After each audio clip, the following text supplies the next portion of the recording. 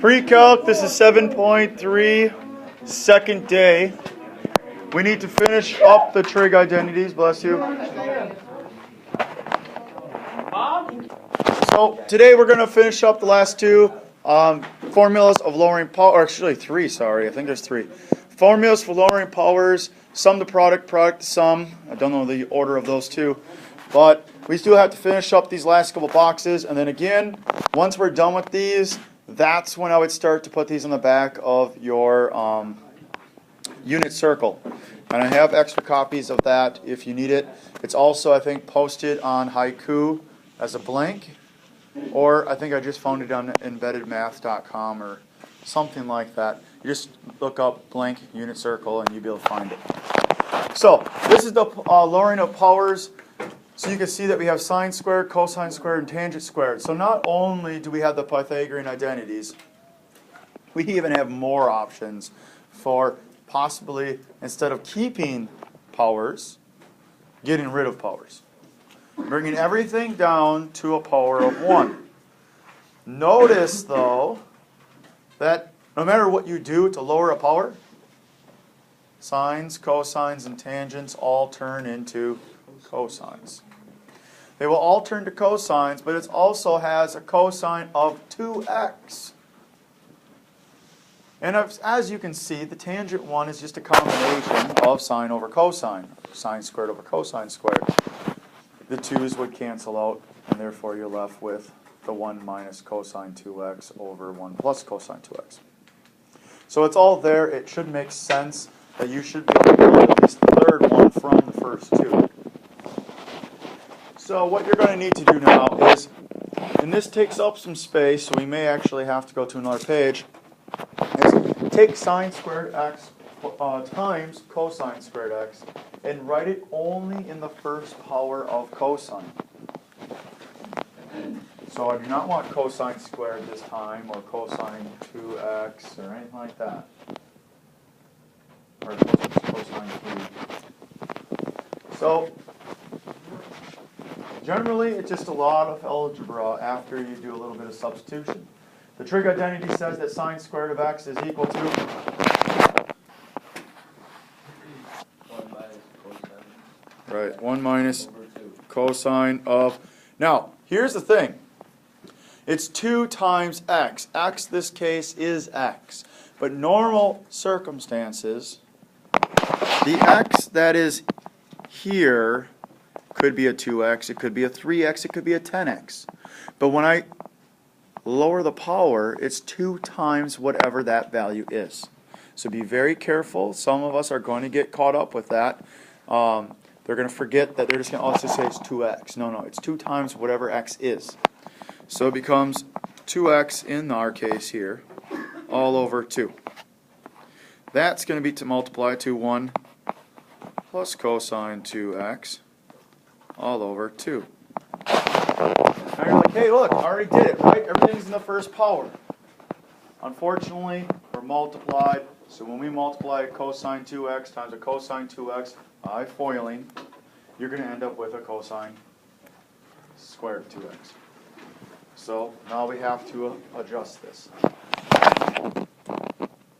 You guys agree that that'd be the sum and difference? So what should it look like without having to FOIL? 1 minus cosine squared 2x all over 4. Hopefully everyone was able to follow that without having to do much fanfare there. Now I have to get rid of cosine squared again. And this one highlights the fact that what's x now? Or what's in the x position? It's 2x. So now I need to multiply that 2x by 2. This is going to create one monster looking thing. So this is 1 plus cosine 2 times 2x is 4x all over 2. And this is all over 4. I had to multiply because there's 2x in our position now. So I had to multiply that thing by 2.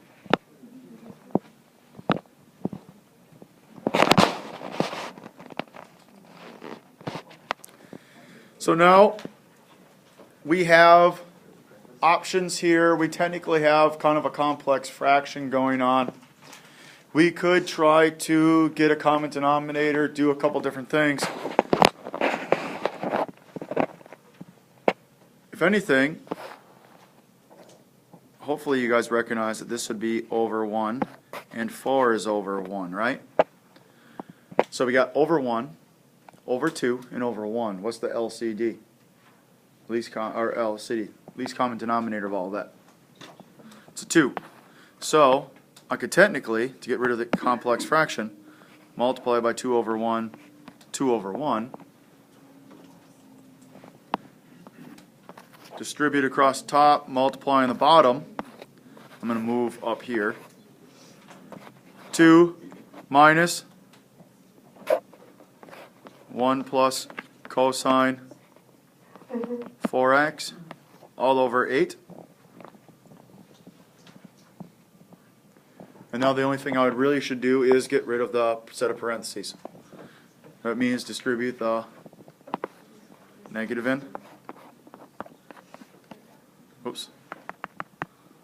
Minus cosine 4x all over 8, which then actually becomes 1 minus cosine 4x all over 8.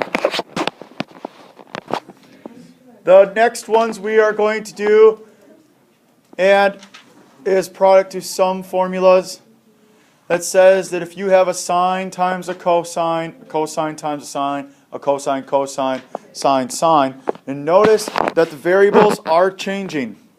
They're not the same angle necessarily. I mean, I guess they could be.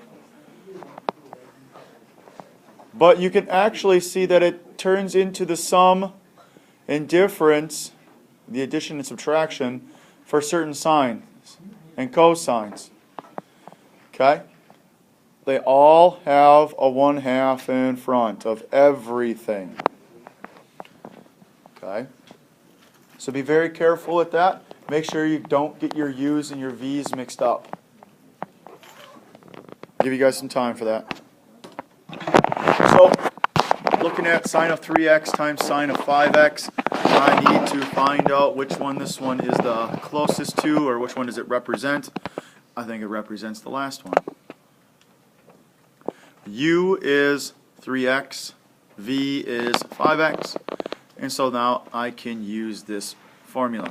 I can expand it, make this a sum or a difference, and so I get 1/2 times the bracket, because this is a larger group of things, cosine of them subtracted, minus cosine of them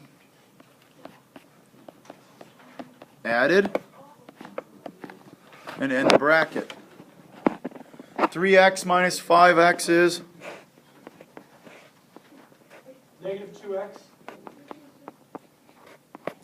negative 2x minus cosine of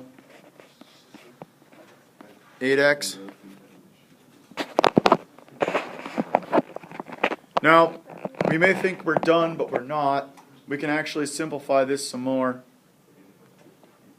Cosine of a negative angle is the same as cosine of the positive angle, because cosine is even. So 1/2. I'm going to distribute as well.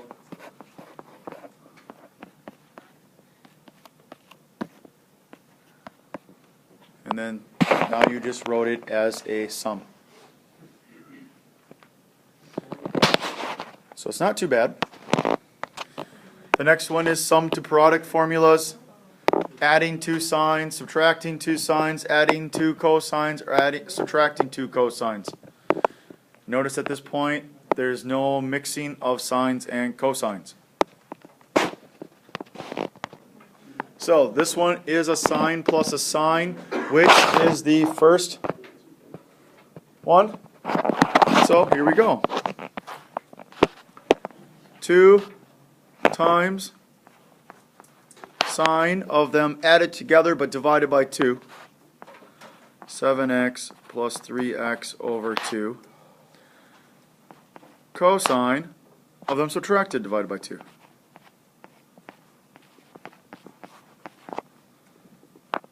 Which equals 2 sine of 10x over 2 cosine 4x over 2, which equals 2 cosine 5x, oops, not cosine, sine 5x, cosine 2x. That looks really close to what other formula, but it's not. Double angle formula for sine. Double angle formula only works if the sine and the cosine angles are the same. Okay, last example. Verify this identity, which is going to use some of the stuff from today. Sine of 3x minus sine of x over cosine 3x plus cosine of x is equal to tangent of x. Kind of interesting. Think about the different things that were going on. We did talk about in the last couple days, hey, we've dealt with sine of 3x and cosine of 3x. We have expanded that, right? Could that be done now? Yeah, we could. But we also have a sine minus a sine, a cosine plus cosine. Do we have formulas for that? Sine minus sine. I'm going to go back. Sine minus sine, second one. So which is 2 cosine of them added, sine subtracted, divided by 2. So the top can be 2 cosine added, was it? Over 2. Sine subtracted over 2. And now you have cosines being added. So we'll go back on that one. Cosines being added is cosine add, then cosine subtract. 2 cosine added, oops, over 2 cosine subtracted. Oh, hey, this actually works out pretty nice, doesn't it? What happens with the 2's? Cancels. What happens to the cosine 3x plus x over 2's? They cancel, leaving us with sine of 2x over 2 cosine 2x over 2. Wait a minute, each of those become sine of x over cosine x, which is tangent of x. Now, we're not going to go into it right now, but like I said earlier, could you expand sine of 3x and cosine of 3x and probably still make this work? Probably.